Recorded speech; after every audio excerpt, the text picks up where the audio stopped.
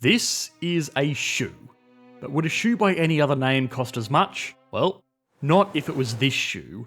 This is a Nike Dunk Yellow Lobster, which last sold on public markets for $16,500. Now, this was not a shoe covered in diamonds or worn by some legendary athlete. It isn't made of space-age materials that make you run faster, and to be frank, it doesn't have any utility value over a regular pair of Nike sneakers that could be had for under $100. And yet, this outlandish sale has widely been recognised as a savvy investment, especially considering today it is not possible to buy these sneakers on the same public market for under $50,000.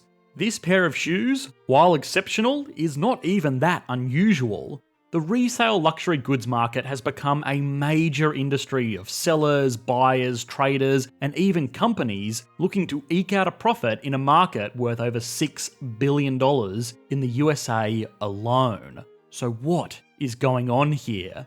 The market for alternative investments has been a really exciting field in recent decades, with everything from bitcoins to beanie babies being touted as the next must-have to outperform the boring old stock market. Now, some of these investments have been good, and some of these investments have been bad, and many haven't been around for long enough to really tell yet, but the aftermarket for high fashion is a really interesting entrant in this world for a few key reasons.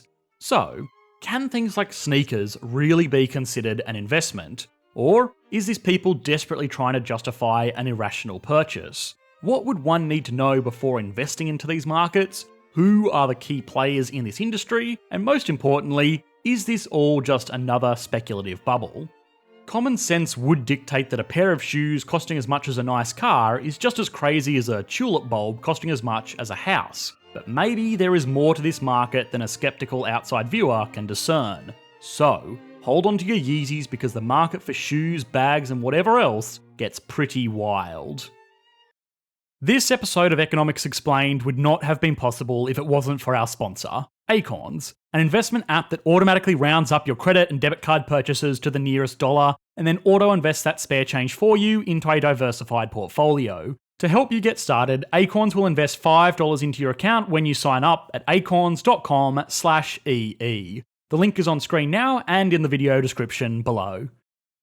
Now, perhaps the first place to understanding the wild prices on the resale market is to understand why these items cost so much in the first place. Normally, when you pay more for something, it is objectively superior, but for luxury goods, that's not always the case. So, is this all just marketing hype? Well, to give these items a fair assessment, we must consider how the price of anything is determined, and that is supply and demand. For a good portion of these items, supply is heavily regulated. These shoes that we saw at the beginning of the video are one of only 34 copies in the entire world, and even for more ordinary luxury items, sometimes having the cash to buy them is not enough. If you walk into a Rolex, Hermes, or even a Nike store and ask for their most in-demand watch, bag, or shoe respectively, you will get laughed out onto the street. To access these products, you have to be invited to join a waiting list. A waiting list that could take years and years to get to the top of before you are given the privilege of handing over tens of thousands of dollars for a product that competes with other products that cost 1/1000th the price. So, why would retailers do this? Good business would dictate that if there is demand for your product at a price point which you can turn a profit on, you sell more of that product. Rolex could very easily double their output of Submariners pretty much overnight if they really wanted to, and if they did, they would very easily be able to sell all of that extra stock, even at the ludicrous 5-figure price tags that they charge. If they sold out all of this extra stock, they would more than double their profits, accounting for some fixed business costs. But they don't, which doesn't make sense to a rational economist or even a rational person. It's got to be remembered that most of these brands are owned by companies that are owned by shareholders who want to see a return on their investment. Rolex might actually be a bad example here because it's actually owned by a charitable foundation. But even in this case, surely it is better to have more money at the end of the year to put towards whatever good initiatives there are out there, right? Now, luxury goods retailers will likely claim that the reason that their stock is so limited is to maintain quality, that there are only so many leather workers in the world qualified enough to stitch together a Birkin, and only so many horologists that are talented enough to assemble a Patek Philippe. And in fairness, there might actually be something to this. Extremely high-end luxury goods tend to be constructed in more boutique settings with much more skilled workers. As for those Nike shoes, well, we will get to that later. In either case, it's a bit of a stretch to imagine that they couldn't just train more staff and get it done, especially with such a lucrative profit motive.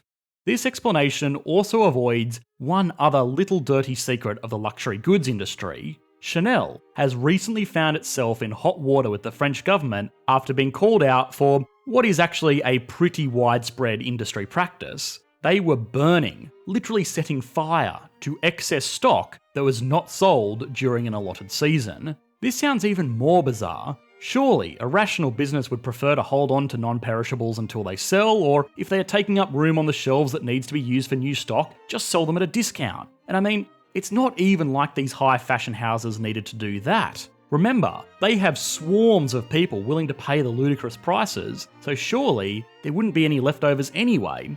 And yep, that would be the case, but it isn't. No, the real reason that these brands control the supply so heavy-handedly is that they need to control the price throughout the entire life of the product. They do this because they know that price drives price. Whether we like to admit it or not, we purchase these luxury goods as a way to show off. And yeah, there will be purists that say they respect the craftsmanship and the heritage of the brand, and maybe there's a tiny handful of people for which this is actually true, but come on, nobody is fooling anybody. You don't buy a $50,000 watch or a $20,000 handbag or even a $1,000 pair of sneakers unless you think that your peers are going to acknowledge them as a prestige item. A majority of the reason why people think that these items have so much prestige is because of their price, which causes a really interesting phenomenon. The more expensive these items are, the more demand they attract, which is the exact opposite of what every single economics textbook ever would have taught you, right? Well, sure, these products violate the basic laws of supply and demand, but this is actually nothing new to behavioural economists. They are called Veblen goods.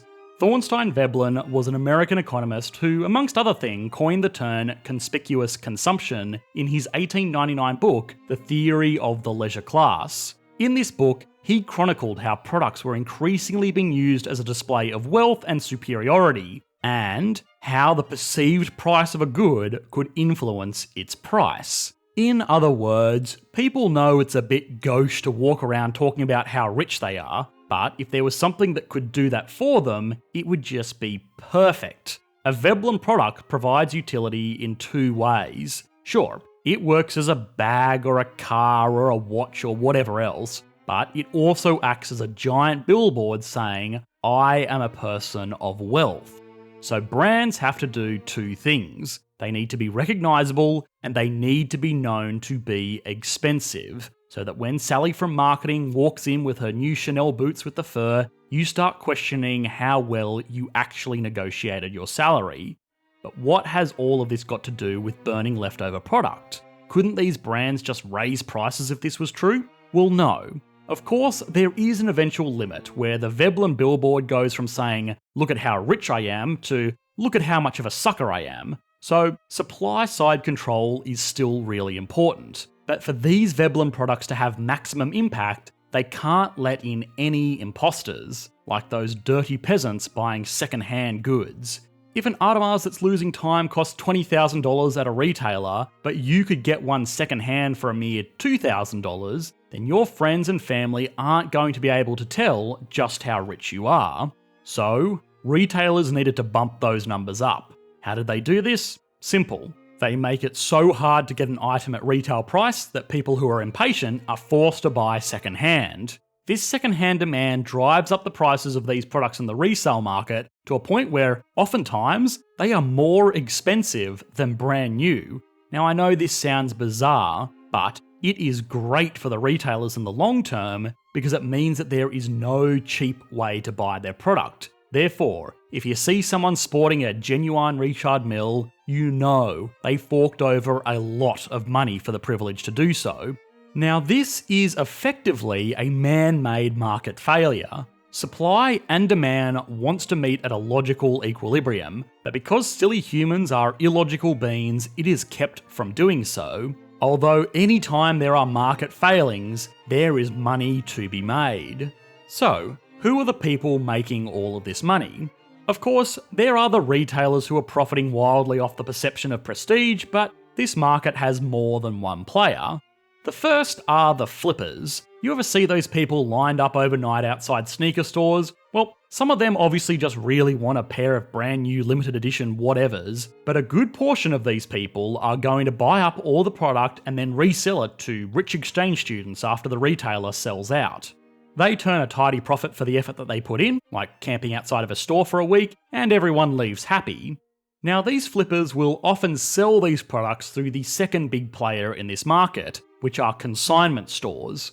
Sites like the RealReal and the Vestiaire Collective offer purchasers an easy way to find the products they are looking for, while also putting a brand reputation behind the sale to ensure that things like knockoff products are not an issue, which they very well could be from an independent flipper. These consignment stores can be big business. The RealReal, for example, is a publicly listed company on the Nasdaq with a market capitalization of $1.4 billion. The next are the speculators. Now these are an interesting group of people who will buy up luxury items as if they were a stock, bond, precious metal, or piece of real estate. They are effectively betting on future price growth to turn a profit. And if you think this is a small hobby, then think again. Remember those ugly shoes from the beginning of the video? They sold on a site called StockX, which is a public marketplace for resale everything. If you remove the brand names and pictures of shoes, this platform would be indistinguishable from a regular stock trading platform, with market insights, charts, trade details, and even bid and ask prices. Finally, of course, there is the end user, the person who's going to slip on those shoes or that watch. Weirdly enough, these individuals can benefit from this whole game as well. Consider two people. Person 1 buys a movement watch. Person 2 buys a Rolex. Now, the movement watch is just fine. Despite what most watch snobs will say, it's still going to tell the time and dress up a nice outfit. But eventually, the generic watch owner will get over it and probably just throw it away because there is absolutely no resale market for that type of product. They will buy another one and repeat the whole process.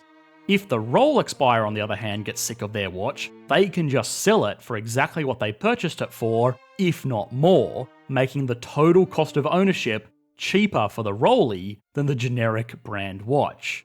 If you ever wondered why millionaires and billionaires have 20-car garages, it's not completely because they can, it's often because they are filled to the brim with rare cars that will appreciate in value, almost like a great big stock portfolio that you can still take out for a spin on the weekend. The market for resale luxury goods is very, well, let's call it interesting.